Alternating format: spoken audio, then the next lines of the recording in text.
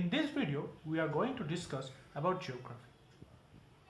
First of all, I would like to tell geography is a study between people and places and the relation in their environment. This topic will focus on India and its size and location. India is completely lying in the northern hemisphere and in the eastern hemisphere.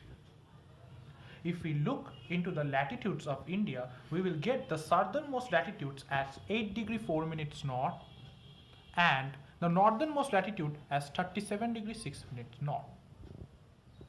Whereas if we look into the longitudes of India, the easternmost longitude would be 97 degree 25 minutes east, while the westernmost latitude will be 68 degree 7 minutes east. Now, what are latitudes and longitudes? Latitudes and longitudes are imaginary lines used to locate places on the Earth's surface. To put that into context, we will show a diagram.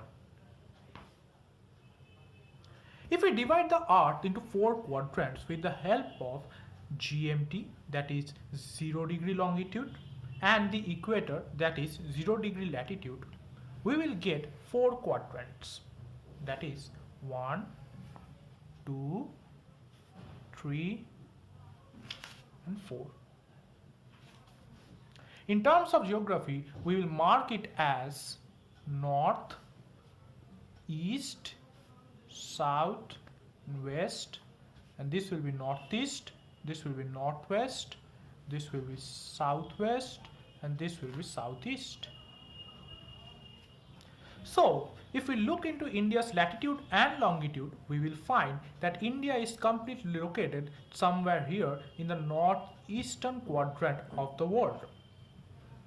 Now, there are 2 of the most important latitudes and longitudes passing through India.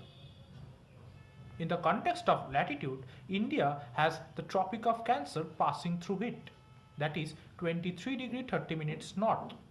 While in the context of latitude, India will see the 82 degree 30 minute east longitude, that is the Indian Standard Time, passing through it. We will come into context with both these 2 in the later half of the explanation. Let us now look into the size of India. India has a total area of 3.28 million square kilometers, which in put into context of percentage of total land area on earth is 2.4%.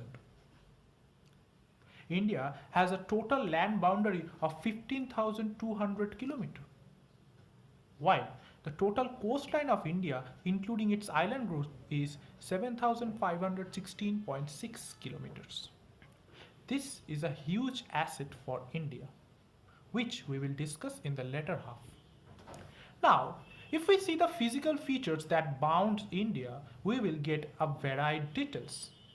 In the north, northwestern and northeastern part, we will find the mighty Himalayas bounding India, while in the southern part, especially the southwestern, south and southeastern part, we will find the oceans and the seas, that is Arabian Sea in the southwestern part, Bay of Bengal in the southeastern part, and the mighty Indian Ocean in the southern part. Now, if we focus on India's latitudinal and longitudinal difference, we will see that there is almost equally 30 divisions, both in terms of latitude and both in terms of longitude. This causes huge difference in the context of this country. For example, if we take the difference of 30 latitudes, that is from 8 degree north in the southern part to 37 degree 6 minutes north in the northern part, we will see a varied climatic difference. For example, during the winter months in Tamil Nadu, the temperature will range from 15 degree to 20 degrees Celsius, while in the northern part in Kashmir, it may range from minus 15 degree to 0 degree Celsius. This causes huge climatic difference in India owing to the factor that it has a huge latitudinal difference. Now, if we take the longitudinal difference, we will again find there is almost a difference of 30 longitudes. This also creates a difference, but this time it is about the time factor.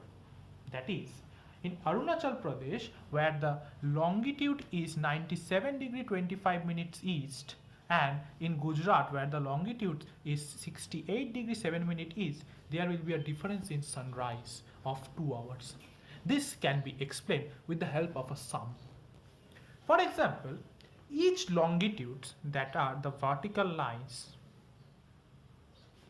for each longitude we pass, we take a time of 4 minutes. Therefore, in India, where there is 30 longitude, it would take around 2 hours. Because if one longitude takes 4 minutes to cross, 30 longitude would take 30 into 4, that is 120 minutes, which is converted to 2 hours. Therefore, in Arunachal Pradesh, if the sun rises at 6 am, it will rise at 8 am in Gujarat. More specifically, there will be a difference in the local time of each place in India. So, if the sun rises at 6 am in Arunachal Pradesh and 8 am in Gujarat, there will be a huge confusion in the country.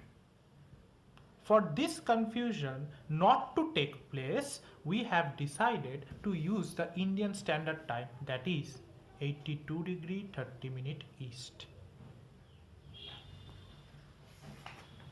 Now, if we see the location of India in context to the world, we will find that India is centrally located between East Asia and West Asia. This is of huge strategic importance for India in terms of trade and in terms of defense planning. First, we will like to concentrate on the trade relations. From the ancient times, India has developed huge trading relations with the world, especially with West Asia and Europe. India has a huge coastline, as I have mentioned earlier. Because of this coastline, India has developed many number of ports. There are 12 international ports located in India, followed by 180 minor ports located in India. These 12 international ports contribute to a huge amount of world trade, which helps in developing the foreign investment. The things that India trades in are spices, textiles, minerals, etc. Now, if we divide India's trade, we will find that there are two methods of trading in India. One through the seaways and other through the landways. In the southern part, where India is bounded by seas and oceans, we have taken the measure of ports for trading with other countries, while in the northern part, we trade with the help of mountain passes. From the ancient times, when we didn't know the use of oceans, we used to trade by these mountain passes. One of the most important trading routes that developed through India was the Silk Route in the ancient times.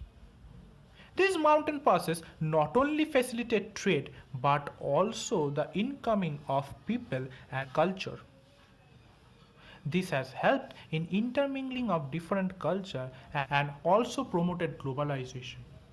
Because of globalization, we are now able to use, understand, learn and respect the other cultures that have flourished within the world. Now, if we see the divisions of India within our country, we will find that there are 28 states and 7 union territories. These 28 states are divided on the basis of language. Therefore, we call it linguistic divisions.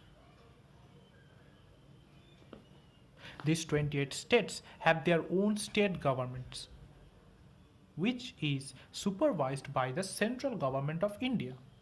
On the other hand, the union territories of India are directly supervised by the central government of India. Among the 7 union territories, there are 2 union territories which are the island groups of India, that is Andaman and Nicobar Islands and the Lakshadweep Island. This is on the western side of India and this is on the eastern side of India. Now, if we take a look into the neighbors of India, we will find that on the northwestern part, India is neighbored by Pakistan and Afghanistan, while in the northern part it is neighbored by China, Bhutan, Nepal, and while on the northeastern part it is neighbored by Myanmar and Bangladesh. Lastly, in the southern part, it is bounded by Sri Lanka and Maldives. Sri Lanka is separated from India by a narrow channel, that is the Pak Strait, and the Gulf of Mannar, whereas Maldives is separated from India by the Lakshadweep island.